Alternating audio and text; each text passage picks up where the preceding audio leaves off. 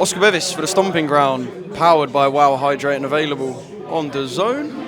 It's the Harlem Eubank joins me. Sitting in like a throne type, feeling like a king on the small talk set. I feel at home here. I feel at home, man. It makes sense. You're not behind enemy lines though. Listen, Matchroom show, you're fighting Jack We're Catterall, always behind enemy lines. We're in war mode. You know, this is what we do. So I feel at home. And I'll feel at home on July 5th in Manchester too. Mate, July 5th, Manchester AO Arena. Such a good fight between you and Jack. And a really important fight as well because, don't forget the fact you're fighting Jack and Jack's fighting you. For the boxing calendar, we need big domestic nights. So for UK boxing, this is actually a very important and big night on July the 5th. Most definitely. These are the type of fights that need to happen. We believe that Jack's one of the best in the world. Definitely in the UK, we believe he's the best guy. And that's the guy that I want to fight. I want to fight the best. And that's what we believe he is. We believe he should have been undisputed.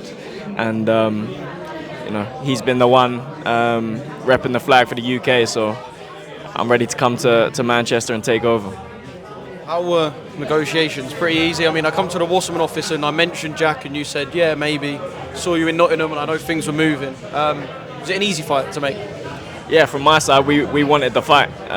We called for it, and it was just a process of hashing it out and getting it done. And my team got it done and got it over the line. So I'm thankful and ready to go and deliver a big performance. Can I say early doors? I don't think this is going to be a shit talk kind of fight. Is that a fair assessment? Or I don't know. Will you get at your first press conference and decide you just want to stick it on each other? Who knows? We're both about business. We're both about our boxing. We can both fight. So there's less need to call for unrealistic names, and there's a lot of fighters out here that will call for names that are in the USA and doing whatever they're doing. But it's just when the same promotional company sign them fighters, it all goes quiet. It's all just talk. Me and Jack, we're not talk. We're all about the action, and that's why we've both signed for this fight, because we're ready to deliver, big time boxing, and I'm ready to come to Manchester and take over. That was a very specific example that you used. Was there someone in your head when you said that, or was there an example that I'm missing? Or? I think we all know, when people call for them American names, and then they're not really fighting anyone. They're not fighting the names, and when they do finally step up, you see what happens. So it's Eubank supremacy, and we're the ones that are delivering the fights, delivering the action, and taking over. So you're talking about a certain Mr. Ben? I mean, you've seen. I don't need to say much. I don't need to say much. You've seen the evidence. You've seen what happens. When the Eubanks match up against them guys. It's supremacy, and if he ever gets in there against me, it'll be the same result. I know he's here tonight. Would it be frosty if you two were to cross paths?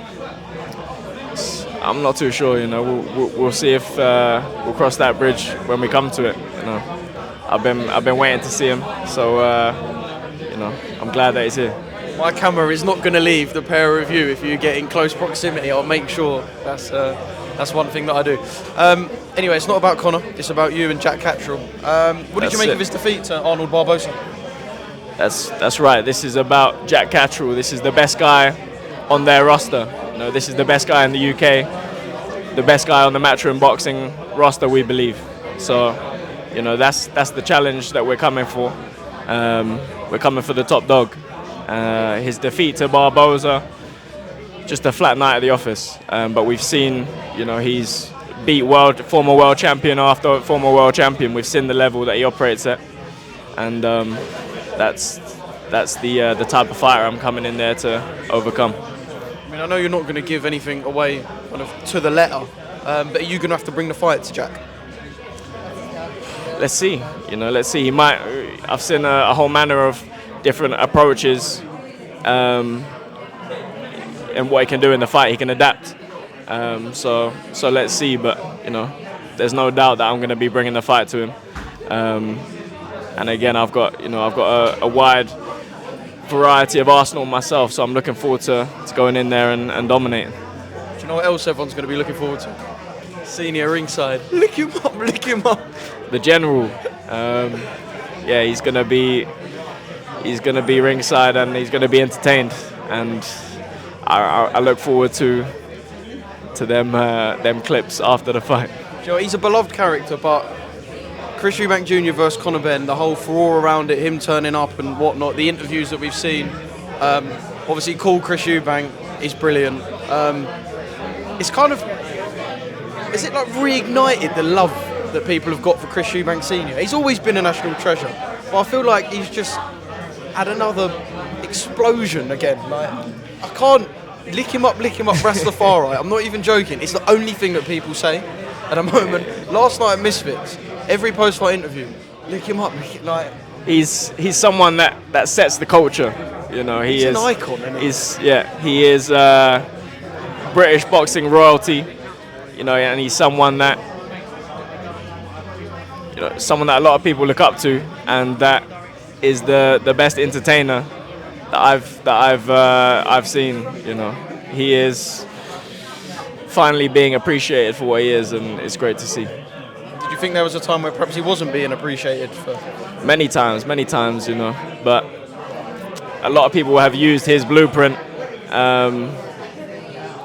with their father-son combinations, with their entertainment, with everything. He has set the bar in many different areas, and like I say, it's just about time that he got his credit, and he's getting that. So it's great to see.